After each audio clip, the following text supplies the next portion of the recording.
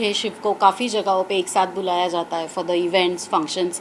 और हमारा जो भी फैमिली फंक्शंस होते हैं, कभी गणपति होता है, दिवाली होती है, what ever it is, he is always part of it. And जब भी हम लोग मिलते हैं, हमारी एक ही बात हमेशा होती रही है कि शिव को हमेशा से हिंदी बिग बॉस में जाना था। सबसे पहले तो मराठी बिग बॉस से पहले वो हमेशा हिंदी बिग बॉस का ही सपना देखता आया है। और जब उसे जाना था और उसे बुलाया भी गया था इससे पहले, तब एज अ वाइल्ड कार्ड बुलाया गया था। और मैंने हमेशा कहा था कि ये गलती कभी मत करना एज अ वाइल्ड कार्ड जाने की, हमेशा जाओ तो एज अ फ्रेश कंटेस्टेंट जाना। और बस वो उसने वो एक पॉइंट हमेशा याद रखा। और सी, डे वन से जो धूम मचा रहा है शिव उस घर में, टिल डेट, जब अब लास्ट हफ्ता चल रहा है, फिनाले वीक ऑलमोस्ट हम पहुंच जाएंगे, कल से फिनाले वीक में होंगे, तो he is rocking and I am very sure कि मेरा भाई लाइट्स ऑफ करे बिना आएगा नहीं वापस। क्या आपको लगता है, आपने जैसे अभी जिक्र किया कि वाइल्ड कार्ड मत जाना, तो आप भी वाइल्ड कार्ड ही गए थे। यस, वो मेरी ज़िंदगी की सबसे बड़ी भूल थी। यस, वही पूछना चाह रहा था कि आपको लगता है कि अगर वाइल्ड कार्ड नहीं रहते, हाँ। आप डे वन से रहते हो, तो कुछ अलग होता। यस क्योंकि यस, उस टाइम डेफिनेटली। फाइनल में श्रीशांत एंड दीपिका थे, टॉप 3 या टॉप 2 में आप खुद को देख रहे थे तभी। Yes yes, definitely. जिस दिन मैं घर में गई थी और मैंने पहले 2 टास्क ही परफॉर्म किए थे, तभी से घर के ही सदस्यों ने मुझे टॉप 5 में हमेशा देखा। उन्होंने जब भी घर में रैंकिंग हुआ करती थी तो मुझे वो रैंक मिला था कि मैं टॉप 5 में डेफिनेटली होंगी। बट कभी कभी बिग बॉस भी ऐसी चाल खेल देते हैं, घर में कुछ ऐसी चीज़ें हो जाती है कि अनएक्सपेक्टेडली आप बिल्कुल फिनाले के नज़दीक पहुंच जाते हो और आप घर के बाहर होते हो। शिव ठाकरे की गेम के बारे में मैं बात करूं, किस तरह से लगी आपको जर्नी शिव ठाकरे की गेम की? Mind blowing, mind blowing. मतलब शिव की जर्नी ऐसी रही है कि Shiv will be the example for he setting a bar की जो सालों सालों तक याद रखा जाएगा। कि अगर प्लेयर हो, इंसान हो बिग बॉस के घर में, तो वो ऐसा हो जो मतलब एकदम निडर होके और डे वन से एकदम फ्रंट फुट पे खेल रहा है। वो कभी उसने बैक सीट ली नहीं, हमेशा फ्रंट फुट पे आके अपना ओपिनियन रखा है। अब तो जब काफ़ी जगहों पे निकल भी चुकी है ये बात, कौन किसके क्या कॉन्ट्रैक्ट्स है, ये लड़का बिना किसी कंडीशंस और कॉन्ट्रैक्ट्स के उस घर में वैसे गया हुआ है। Contract in the sense show में आने का कॉन्ट्रैक्ट Yes. डेफिनेटली होता है, बट उसके अलावा के जो कॉन्ट्रैक्ट्स होते हैं, वैसा बिना किसी कॉन्ट्रैक्ट के वो वहाँ तक पहुँचा है। और ये इतनी बड़ी बात है मेरे लिए, बिकॉज आई कैन अंडरस्टैंड कि वैसे बिना किसी कंडीशन के आप घर में जाते हो और फिर भी इतनी देर तक सरवाइव करते हो, वो कितना मुश्किल है। हमने देखा है बाहर गए हुए लोग भी वापस वापस आए हैं, बिकॉज उनके कॉन्ट्रैक्ट्स शायद वैसे होंगे।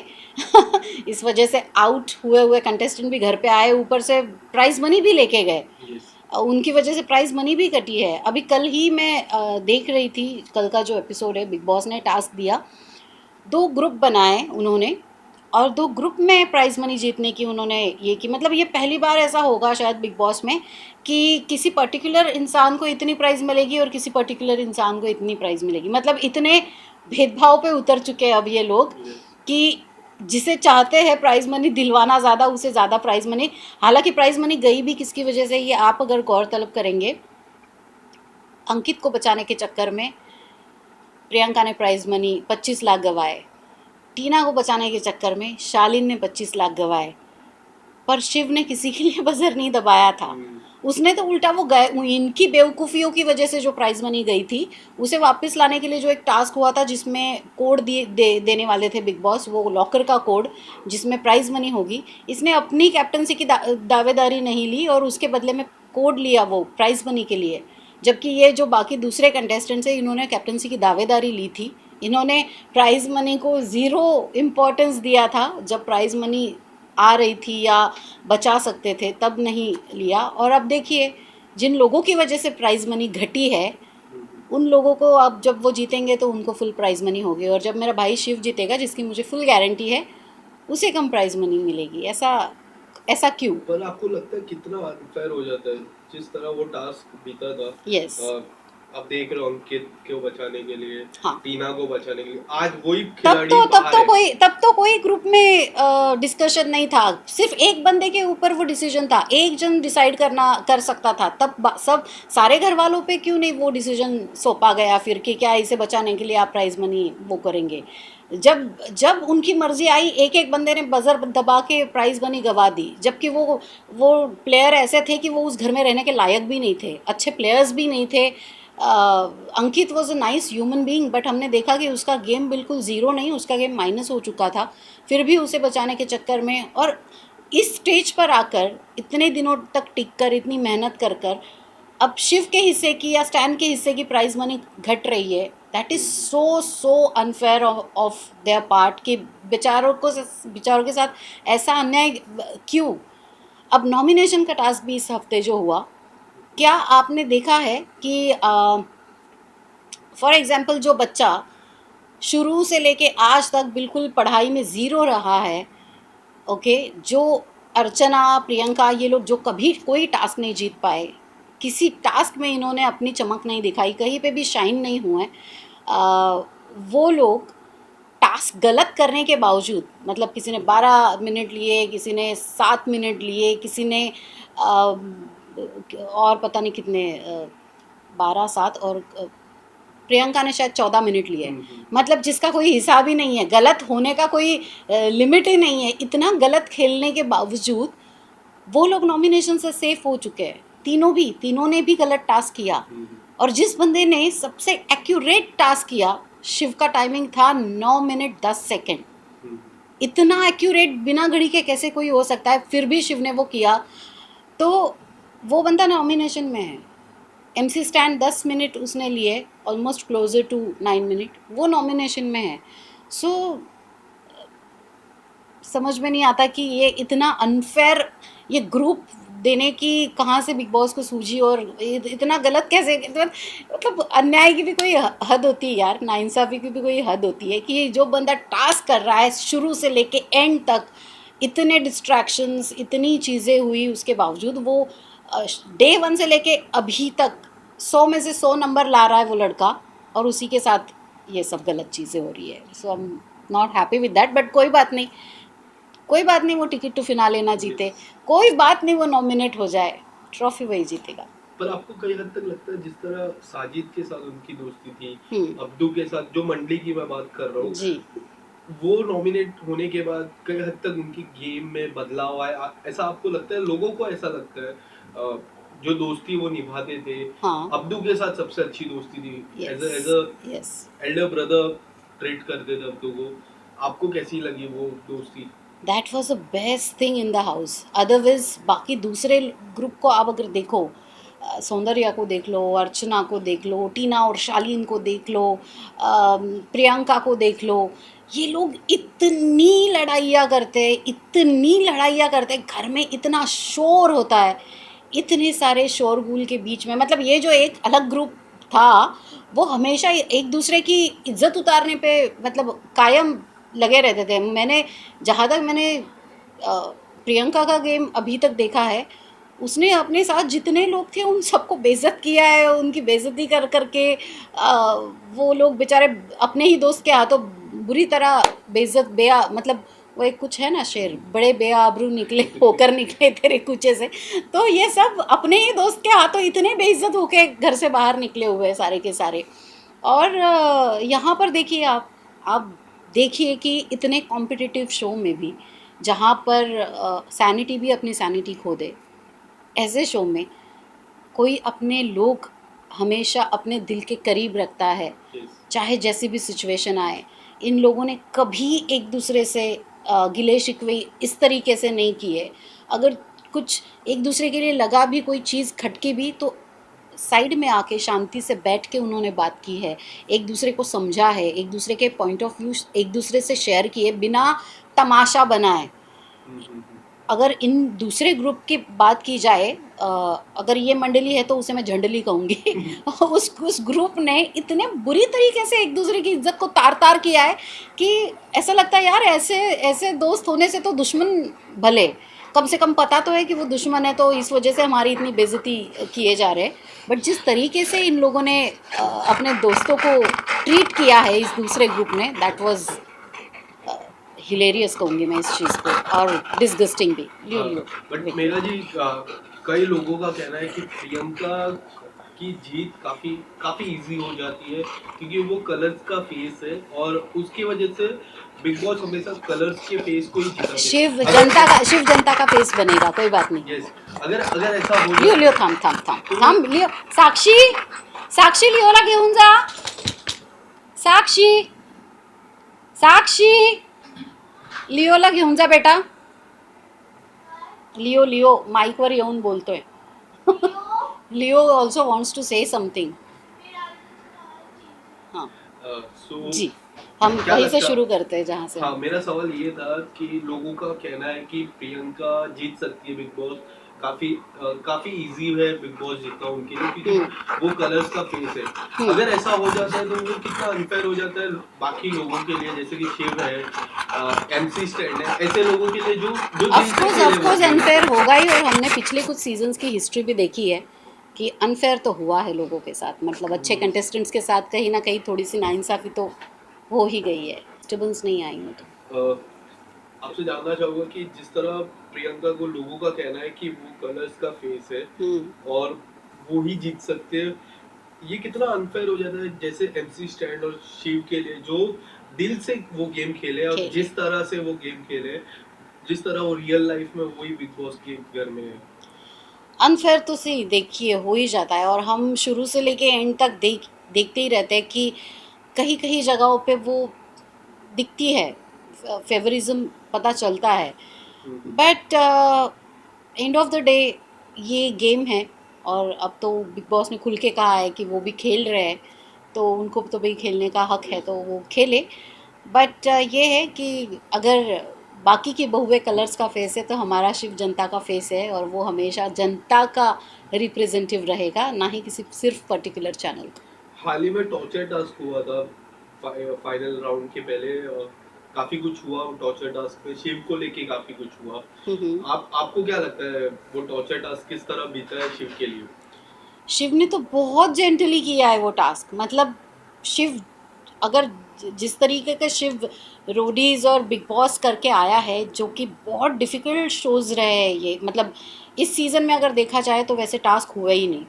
मतलब जब सीज़न ख़त्म हो रहा है तो आखिरी टास्क जो है वो एक्चुअल बिग बॉस के जैसे टास्क होते हैं वैसा टास्क आया है। अदरवाइज़ जो आज तक शिव को चिढ़ाते थे घर के अंदर, अर्चना ने या फिर प्रियंका, सॉरी सौंदर्या ने, कि यार ये कैसे करता होगा, ये बिग बॉस में क्या कैसे जीतता होगा, और जो कि क्वेश्चन मार्क उठाए जाते थे उस पर। मेरे सीज़न में मेरे ऊपर भी कई बार क्वेश्चन मार्क उठे कि ये कैसे विनर बनी। तो let me tell you guys कि जो अभी सीज़न ख़त्म होते होते जो टास्क शुरू हुआ है ना, हमारे मराठी सीज़न में ये टास्क पहला होता है, मतलब ये वार्म अप टास्क होता है, और उसके आगे फिर और टास्क खतरनाक होते जाते हैं। तो हम वो खेल के वहाँ से आके यहाँ पर आए हैं। मतलब वो लेवल, मतलब इतना उसका टफ होता है टास्क का, कि वहाँ से लेके हम उसके बाद यहाँ आए। इस सीज़न में कोई टास्क ही नहीं हुए। जो अर्चना हमेशा ताना देती है बिग बॉस विनर होने का शिव को, वो कल कहती है टास्क ख़त्म होने के बाद, हैं ये होता है टास्क, ऐसा होता है। तो मैडम अब पता चला आपको टास्क किसे कहते हैं, कैसे खेलते हैं। आप पहली बार जब खेली हो तो आपको इतना प्राउड फील हो रहा है। ये जो बच्चा है शिव, ये ऐसे कई टास्क करके आया है। हमारे सीज़न में ऐसे हफ्ते में 3 टास्क होते हैं, नॉमिनेशन, फिर कैप्टनसी टास्क, फिर साप्ताहिक कार्य। ये हफ्ते के 3 करते करते 15-16 हफ्ते हम वो टास्क खेल के फिर हमें वो ट्रॉफ़ी मिलती है। तो उस ट्रॉफ़ी की थोड़ी तो इज्जत रखिए। जब आप घर के बाहर आएंगी, अर्चना जी या फिर सौंदर्या जी देख रही होंगी, जिन्होंने भी बिग बॉस के मराठी विनर्स पे क्वेश्चन मार्क्स उठाए, उनके लिए ये मेरा कहना होगा कि किसी अगर आपको टाइम मिले, खैर अब तो आप बाहर आ जाओगे तो आप लोगों के पास टाइम ही टाइम होगा, इसके बाद तो शायद ही आप बिज़ी होंगे, तो आप देखिएगा कैसे होते हैं मराठी सीज़न, फिर आपको पता चलेगा शिव कैसे जीता था। कुछ आखिरी सवाल मैं पूछूंगा। हम्म। आपको क्या लगता है सबसे बड़ा कंपटीशन अब शिव के लिए उस घर में कौन है? देखा जाए तो शिव के लिए स्टैन सबसे बड़ा कंपटीशन है, सबसे बड़ा कंपटीशन, तो क्या because stand is a one one more genuine player, जो कि हम अग्री करते हैं कि बहुत ही लेट खेलना शुरू हुए हैं, बट अब जब वो खेलना शुरू हुए हैं तो उन्होंने गैर सीधा सिक्स्थ ही डाला है। तो शिव की सबसे बड़ी कंपटीशन आई थिंक स्टैन है, और शिव के बाद अगर मेरा उस घर में इस वक्त अगर कोई फेवरेट है तो दैट इज़ स्टैन। पर आपको क्या लगता है कि फिनाले टास्क या फिनाले वीक में शिव कौन से ऐसे सदस्य है जिससे दूर रहना चाहिए? अर्चना और प्रियंका से अगर वो डिस्टेंस रखे तो अच्छी बात है, बहुत टॉप ही अच्छी बात है। टॉप 3 में आप किसको देखते हो? मेरे लिए टॉप 3 नहीं है, मेरे लिए टॉप 2 है, शिव और स्टैन। क्या लगता है आपको, अगर शिव नहीं जीतते, स्टैंड नहीं जीतते, तो कौन से ऐसे सदस्य हैं जो जीतेंगे?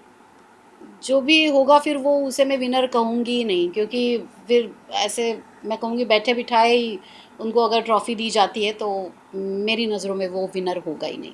एक आखिरी सवाल, अगर शिव जब भी आपसे मुलाकात करते, हम्म। सबसे पहला आप क्या कहोगे उनसे, और सबसे पहला किससे दूर रहने को कहोगे इन रियल लाइफ? मैं शिव को सबसे, जब वो बाहर आएगा और फिनाले के बाद जब मैं उसे मिलूंगी उस ट्रॉफी के साथ, तो मैं उससे यही चीज़ कहूँगी कि I am so proud of him, I am really really proud of him, because it was not easy. बिना किसी एमजी के, बिना किसी एक्टिंग के स्ट्रॉन्ग बैकग्राउंड के, वो लड़का वहाँ पे गया है, खेल रहा है, दिल से खेल रहा है, दिल से रिश्ते बना रहा है, दिल से सब कुछ निभा रहा है, दिल से उस घर में एक एक पल वो जी रहा है। और यहाँ तक कि उसकी जो जर्नी रही है वो आसान नहीं है। तो मैं उसे यही कहूँगी कि I am really proud of him. और मैं कहूँगी दूर रहने की कोई ज़रूरत नहीं है किसी से, क्योंकि शिव इतना पॉजिटिव बंदा है कि अगर वो अपने साथ किसी को दोस्त बना लेता है तो वो निगेटिव को भी पॉजिटिव में बदलने की ताकत रखता है। तो शिव को किसी से डरने की ज़रूरत नहीं है। आप देखिए जैसे जैसे शिव का ग्रुप बढ़ता गया, जो लोग शुरू में बहुत गलत नज़र आ रहे थे वो भी अच्छे लगने लगे। सो शिव का ऑरा ही ऐसा है कि वो ताकत रखता है कि किसी नेगेटिव बंदे को भी वो पॉजिटिव में कन्वर्ट कर सकता है। उनकी शादी की बात काफी चल रही है। उनकी, जब मैंने उनकी माता जी से भी मुलाकात हुई तो बोल रहे जी। काफी सारे रिश्ते आ रहे। हाँ, उसको लेके क्या आप कहोगे, शादी को लेके? यही कहूँगी कि भाई तू नहीं चुनेगा अपनी दुल्हन, तेरी दुल्हन हम चुनेंगे, ओके। तू बस आराम से घोड़े पे बैठ के आ जाना बारात में, जोक्स अपार्ट। बट शिव जैसा लड़का है, आई एम वेरी श्योर उसकी मेरी जो भाभी होगी वो डेफिनेटली बहुत अच्छी होगी, सुलझी हुई होगी। और सबसे बड़ी चीज़ उसमें ये होगी कि वो बहुत ही वैल्यूज़ रखने वाली होगी, फैमिली से बहुत प्यार करने वाली होगी, शिव की तरह ही अच्छे और नेक दिल की होगी। तो बस हमें इससे ज़्यादा और कोई एक्सपेक्टेशन नहीं है, और मैं ढूंढूंगी ऐसी भाभी अपने लिए ज़रूर। बहुत बहुत धन्यवाद मेघा जी आपका। Thank you so much. और कुछ पॉइंटर्स थे जो मुझे एक्चुअली बोलने थे, बट वो और एक बार मैं पूछना चाहूंगा कि जो टॉर्चर टास्क हुआ, जी, क्या लगता है आपको कि आपको कैसा लगा वो torture task as a viewer point of view? As a viewer, sorry, as a viewer मुझे लगा कि शिव और उसकी टीम ने तो टॉर्चर किया ही नहीं, स्टैन ने तो बस वो आते जाते सिर्फ ऑयल डाल रहा था, साबुन डाल रहा था। और स्टैन शायद वैसा बंदा है भी नहीं कि वो किसी को तकलीफ़ देना पसंद करेगा, वो सिर्फ हाथ छुड़ाने की कोशिश कर रहे थे। निमृत ने एक दो बार हाथ फिजिकली हाथ छुड़ाने की कोशिश की, या फिर वो उसकी रस्सी खींचने की, हार्नेस खींचने की कोशिश की, वो थोड़ा गलत था। बट शिव की तरफ से अगर मैं ये टास्क देखूँ तो शिव ने बहुत ही एक्चुअली जेंटली खेला। और मैं एक्चुअली इस बात से खुश नहीं हूँ कि वाई शिव ने टॉर्चर नहीं किया, बिकॉज शिव सिर्फ कान में गुदगुदी कर रहा था। जो प्रियंका कह रही थी कि बाद में टास्क के बाद प्रियंका ने भी कहा कि अरे नहीं मुझे कोई तकलीफ़ नहीं हो रही थी, मैं तो बस ऐसे ही कर रही थी, झूठ मूठ बोल रही थी कि मेरा कान फट जाएगा या ऐसे, वो तो मैंने उसे बिज़ी रखने के लिए किया था। इट प्रूव्स, इवन जैसे ही टास्क ख़त्म हुआ प्रियंका ने खुद बोला कि थैंक्स शिव, तुमने वो सादा पानी फेंका, इसकी वजह से मेरी आंखें बच गई वरना मेरी आंखें तो गई थी, ऐसा प्रियंका ने टास्क ख़त्म होते ही कहा कि मतलब अगर उसकी आंखों में ज़रा कुछ गया होगा तो शिव ने तुरंत उसको सादा पानी दिया फेस पे। तो इट शोज़ कि शिव नहीं है वैसा कि वो किसी लड़की के साथ एक लेवल क्रॉस करके, लिमिट क्रॉस करके जाए। इनफैक्ट जब जैसे ही बिग बॉस ने कहा कि टास्क ख़त्म हो चुका है, Shiv was the first one जिसने सबसे पहले प्रियंका को सहारा दिया, क्योंकि वो जो हार्नेस है वो उसमें इलास्टिक लगी रहती है और जब आप उसे अचानक से छोड़ते हो तो आप होती है संभावना कि आप धड़ाम से जाके पीछे आप खींचे जाओ और गिर जाओ। तो Shiv was the first one कि उसने पहले प्रियंका को पकड़ा कि वो गिर ना जाए या उसे चोट ना लगे। तो Shiv is that kind of a person, but Shiv को थोड़ा हार्श होना चाहिए था टास्क में, जो वो हुआ नहीं ज़रा भी। शायद हो जाता तो मतलब दुनिया ना दोनों तरफ से बोलती है। अगर शिव जैसे प्रोमो में जो काट काट के दिखाया था ड्रामेटिक करके कि शिव टास्क करते वक्त थोड़ा अनरीजनेबल हो रहा है, तो वो तो वैसा हुआ ही नहीं था। जो प्रोमो में बहुत बढ़ा चढ़ा के दिखाया गया कि शिव बहुत ज़्यादा कर रहा है, जो हमने एपिसोड में देखा उसमें तो कुछ भी नहीं था। वो कई बार होते हैं प्रोमोज बहुत ज़्यादा मिसलीडिंग, जैसे आज के टास्क में हल्दी फेंकते हुए दिखाया, बट पता चलता है कि बाद में मिर्ची भी है, क्या क्या है। तो आज के उनके टीम के बारे में जो दिखाया वो तो बड़ा माइल्ड था, और जब शिव के टीम के बारे में दिखाना था तो ऐसे दिखाया कि पता नहीं शिव ने क्या कर दिया। बट शिव नहीं है वैसा पर्सन। शिव ने बहुत जेंटली मतलब खेला उसने टास्क, बट एक हद में रहकर खेला, ये देखते हुए कि सामने दो लड़कियां है और शालीन को तो उसने कुछ किया ही नहीं। But I am feeling sad कि जब प्रोमोज आते हैं तो ऐसे मिसलीडिंग क्यों होते हैं, और शिव को थोड़ा और जोर लगा ही देना चाहिए था, ऐसे मुझे लग रहा है अब।